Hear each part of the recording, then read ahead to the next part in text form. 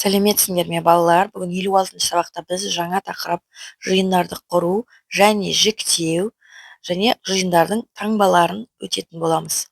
Бірінші тапсырмада бұл нысандар қандай жиынның элементі дейді. Шырша, қайың, қарағай, терек. Біз бұны ағаштар жиыны деп жазсақ болады. Енді жиынды біз міне былай қылып көрсетеміз. Мынандай жақшаның ішіне. Екінші ата, әже, әке, ана, қызы, ұлы.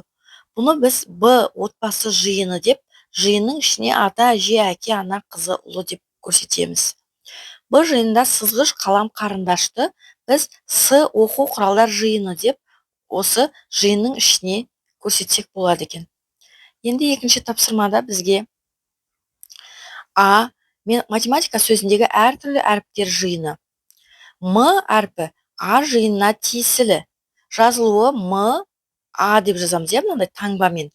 Енді әрпі жиынына тиісті емес. Жазылуы тиісті дегеннің үстінен сызықша қойылып тұр. Енді жиынына тиісті тағы 3 әріп жаз, жиынына тиісті емес 3 әріп жаз дейді. Жиынды латынның бас әрпімен, ал оның элементтерін кіші әріптермен белгілейді.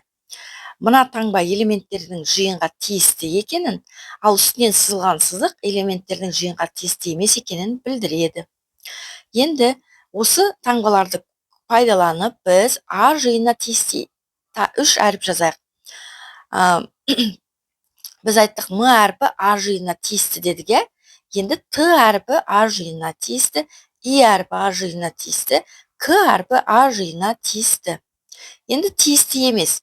Әрпі жиынына тиісті емес, з әрпі жиынына тиісті емес, л әрпі жиынына тиісті емес және қ әрпі жиынына тиісті емес. Енді үшінші тапсырмада берілген сандар қандай жиынның элементтері болып табылады дейді. 2, 5, 7, 4, 9. Біз бұларды қандай жиын десек болады? бір таңбалы натурал сандар жиыны дейміз. Содан кейін оны осылай көрсетіп қоямыз. Төртінші тапсырмада суреттегі жиындарға қара. Суретте 3 түрлі жиын берілді. Біріншісі К, Ф және С. Әр жиынды және оған тиісті элементтерді ата дейді. Мына жердегі К жиынына біз Б, С жиыны әріптері кіреді және оны дөңгелектер жиыны деп атаймыз. Ал F жиынын біз Д, К, М және F шаршылар жиыны деп атаймыз. Ал С жиынын біз Л, Н, С дейміз да, 3 бұрыштар жиыны деп атаймыз. Бесінші тапсырмада суреттегі жиындарға қара дейді. Біріншісінде гүлдер жиыны екен, екіншісінде құстар жиыны екен. Енді және В жиындарын ата дейді. Біз атадық гүлдер және құстар жиыны деп.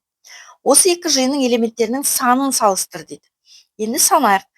Жиынында элементтер саны 2 гүл, 2, 2, 6, мына жерде 3, мына жерде тағы да 3, 12 элемент екен. Ал Б жиынында 4 құс, одан кейін 2 юндюк, одан кейін 3, бұл жерде 9 жиын екен. Енді диаграммалар бойынша өзің басқа сұрақтар қой дейді. Жиынында қанша элемент, Б жиынында қанша элемент деген сұрақ қойсақ болады. Сұрақтарға жауап береміз. Жиында 12 элемент, Б жиында 9 элемент. Енді 6-шы тапсырмада есептерді шығар дейді. Мұражайдың бірінші залында табиғат туралы 29 картина бар. Ал екінші залындағы картиналардың одан 15-і артық. Мұражайда табиғат туралы барлығы неше картина бар дейді. Бірінші залда 29, екіншісінде 15-і артық дейді. Яғни 29-ға 15 қоссақ 44. 44 картина екінші залда екен. Енді барлығын табу үшін 29-ға 44 қоссақ 73 болады. Сонда жауабы барлығы 73 картина бар. 7-ші тапсырмада бізге 15-ке арттыр деп есептер берген екен. Қараңдар, 17-ні 15-ке арттырсақ 32 болады. Яғни 17-ке 15 қосамыз, 36-ға 15 қоссақ 51, 85-ке 15 қоссақ 100, 69-ға 15 қоссақ 84 болады. Ал екінші кестеде бізге 15-ке кеміт дейді. 23-тен 15 алсақ 8, 61-ден 15 алсақ 46, 83-тен 15 алсақ 68, 92-ден 15 алсақ 77 болады. 8-ші тапсырмада жиындар құр дейді. Әр жиынға 4 элементтен жаз дейді. Сынып бөлмесіндегі нысандар жиыны, яғни жиынына біз тақта, парта, бор, орындық деп жазсақ болады. Ал Б жиыны қоршаған ортадағы нысандар жиыны дейді. Қоршаған орталар нысандар жиыны болса, оған біз топырақ, ағаш, құс және жәндік деп жазамыз. Тиісті амалдар таңбасымен сандарды қой дейді. Қараңдар, 13, 5, 8 шығу керек екен. Енді 13-ті 5-ке қосып көрейік. 13-ті 5-ке қоссақ 18 болады, иә? 18-ден қаншаны алсақ 8 болады? 10-ды алсақ 8 болады. Сонда бірінші қосу, одан кейін алу қоямыз. Екінші, 13-тен 5-ті алып көрейік, 8 болады. Ал мына жерде 8 шыққан екен. Яғни мына бос ұя шыққан 0 санын қоямыз. Екіншіде де тура солай. Бізге белгілісі 16 мен 17, иә? Енді 16-дан 17-ні алып көрейік. Сонда 9 болады. Бізге 20 шығу керек екен. Сонда алдына біз 11 қосу, 16 алу 7 деп жазамыз. Сонда 20 шығады. Екіншісінде керісінше қосып көрейік. 16-ға 7-ні қосайық, 23 болады.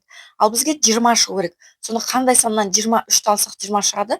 Әрине 43, иә? Сонда 43-тен 23-ті алсақ 20 деген сан шығады екен. Балалар, бүгінгі жаңа сабағымыз түсінікті болды ма? Келесі сабақтарда кездескенше сау болыңдар, каналға жазылуды ұмытпаңдар.